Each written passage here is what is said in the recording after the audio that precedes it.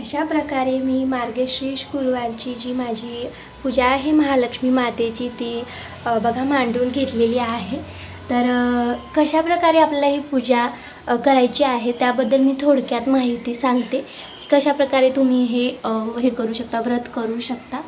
तर पूजा मांडणी कशा प्रकारे आहे ते थोडक्यात सांगते। मला जसं माहीत आहे आणि ज्या पद्धतीने मी केलेली आहे पूजा ती माहिती मी सांगते। काही चुकलं असेल, काही हे असेल तर माफी असावी आणि सजेशनसुद्धा तुम्ही सांगू शकता की काही चुकलं असेल तर चौरंग जे घेतलेला आहे त्याखाली मी सगळ्यात आधी खाली ना स्वस्तिक काढलेला आहे। तर तो दिसणार नाही, एकदम खाली मध्यंतरी आपल्याला स्वस्तिक काढून घ्यायचा आहे। हळद कुंकू अक्षदा टाकायच्या आहेत आणि त्यानंतर चौरंग ठेवायचा आहे।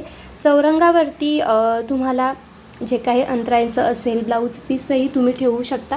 तर माझ्याकडे अवेलेबल होतं, तर अशा प्रकारचं मी हे सजावटीचं हे टाकलेलं आहे छान असं। आणि त्यावरती अजून एक टाकलेलं आहे, 2 टाकलेले आहेत।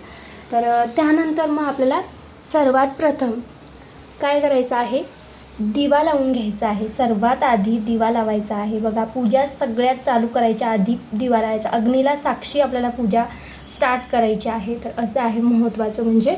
तर त्यानंतर मग स्वस्तिक काढलं, त्यानंतर चौरंग ठेवला, चौरंगावरती अंथरूण घेतलं छान असं आणि त्यानंतर पूजेला सुरुवात केली।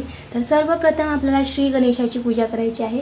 श्री गणेशाची पूजा करत असताना आपल्याला एक नागवेलीचं पान लागतं, त्यावरती थोडेशा आपल्याला तांदूळ टाकायचे आणि त्यानंतर आपल्याला 1 रुपयाचं नाणं आणि एक सुपारी लागते। त्याला हळद कुंकू लावून दुर्वा ठेवून फूल ठेवून, लाल फूल असेल तर अगदी उत्तम, पण माझ्याकडे नव्हतं म्हणून जे होतं ते मी ठेवलं आहे।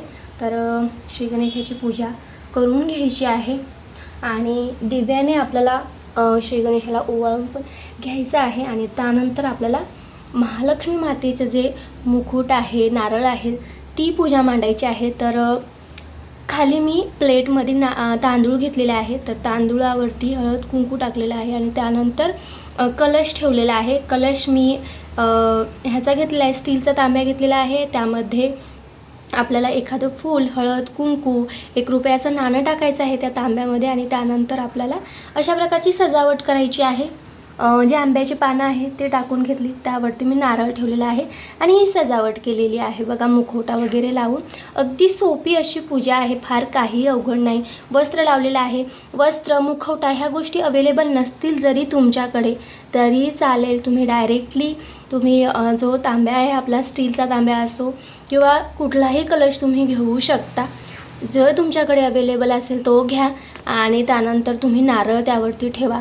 नागवेलीची पानं जरी ठेवली तिथे तरी चालेल, आंब्याची अवेलेबल होती तर मी आंब्याचीच ठेवलेली आहेत। तर आणि त्यानंतर तुम्ही नारळ ठेवायचा आहे। नारळाला हळदी कुंकू लावून तुम्ही पूजा केली तरी चालेल।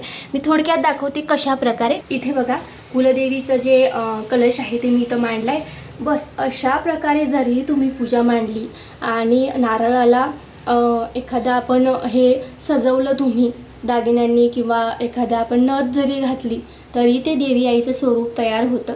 तर अशी पूजा तुम्ही मांडली तरीही चालेल, काहीही हरकत नाही। या प्रकारचा कलशही मांडला तरीही चालतो। तर अशा प्रकारे हे करायचं आहे। तर इथे मी काय केलेलं आहे, ओटीचं सामान ठेवायचं आहे, आपल्याकडे अवेलेबल असलेलं ब्लाऊज पीस आणि त्यावरती असं ओटीचं सामान भेटतंच बाजारामध्ये, ते ठेवायचं आहे। फळं जे अवेलेबल असतील ते फळं ठेवायचे आहेत, 5 प्रकारची सुद्धा ठेवू शकता फळं तुम्ही। साखर घ्यायची आहे आणि त्यानंतर इथे बघा मी पंचामृत बनवलेलं आहे, ते दूध घ्यायचं आहे किंवा नुसतं साखर जरी ठेवली तरी चालेल।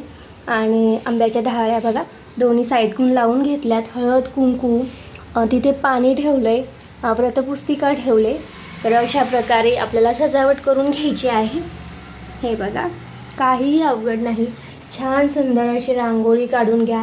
श्री महालक्ष्मी प्रसन्न असं मी लिहिलं आहे तिथे, असं काढायचं। आणि हे बघा, ह्या सजावटीप्रमाणेच मला फार आवडतं असं सजवायला। मला तर अजून दिवे लावावेसे वाटतात, अगदी झगमगीतच करून टाकावी वाटते पूजा मला। तर हे रांगोळीला दिवा म्हणून मी हे इथं दिवा लावलेला आहे आणि तिथे 2 दिवे लावलेले आहेत आणि देवघरात सुद्धा एक दिवा आहे। बाहेर दरवाजावरती सुद्धा 2 दिवे लावलेत। तर इथे उदबत्त्या पेटवून घेतल्यात, इथे धूप पण माझ्याकडे होता अवेलेबल, तो पण लावून घेतलेला आहे। तर अशा प्रकारे अगदी सोपी आहे पूजा, काहीसुद्धा अवघड नाही आहे, फक्त मनोभावे करायची आहे। एखादी वस्तू अवेलेबल नसेल तरीही चालेल, पण अगदी मनापासून करायची। कुठलीही गोष्ट जेव्हा आपण करतो ना ती मनापासून करायची असते, हे फार महत्त्वाचं आहे. आणि सगळ्यात महत्त्वाचं म्हणजे आपण एक उत्तम चांगली व्यक्ती असणं खूप गरजेचं आहे.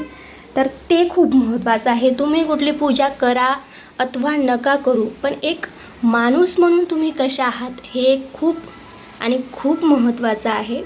हे मला इथे सांगावंसं वाटतं.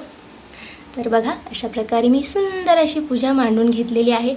पूजा मांडणे तुम्हाला कशा वाटली मला नक्की सांगा. आणि व्हिडिओ आवडला असेल तर नक्की लाईक, शेअर आणि चॅनलला सबस्क्राईब करा. जेवढी शक्य होईल तशी मी माहिती नक्कीच चॅनलवरती देण्याचा प्रयत्न करत राहील. तर संध्याकाळच्या वेळेस म्हणजेच रात्रीला आपल्याला 7 वाजता किंवा 6 नंतर आपल्याला नैवेद्य ठेवायचा आहे. तर नैवेद्यामध्ये आपण काय ठेवू शकतो, गोडाचा एखादा पदार्थ ठेवायचा, शिरा वगैरे ठेवू शकता, गाजराचा हलवा किंवा काहीही तुम्हाला जे वाटेल ते तुम्ही ठेवू शकता. असं काही नाही, तुमच्या इच्छेप्रमाणे आहेत सगळ्या गोष्टी ठेवू शकता. आणि पूजा मांडणी कधी करायची तर एकतर 12च्या आधी करायची किंवा मग आपण 3च्या नंतर देखील तुम्ही पूजा करू शकता किंवा संध्याकाळी जरी जमेल 5 वाजता करायला तरीही करू शकता. असं काहीही नाही. माझ्या मते तर मला असं वाटतं की एक गृहिणीला बरेच अशा जबाबदाऱ्या असतात, लहान मुलं असतात किंवा काही बऱ्याच अशा अडचणी असतात, त्यामुळे शक्य होत नाही. तर तुमच्या टायमिंगनुसार तुम्ही पूजा मांडावी, मनोभावे पूजा करावी, हे फार महत्त्वाचं आहे. पूजा मांडणी करायची किंवा संध्याकाळी जरी तुम्हाला कथा वाचन करावीशी वाटली तरी करू शकता. असं काही नाही. जे काही आहे ते मनोभावे करा, तुमच्या वेळेनुसार करा.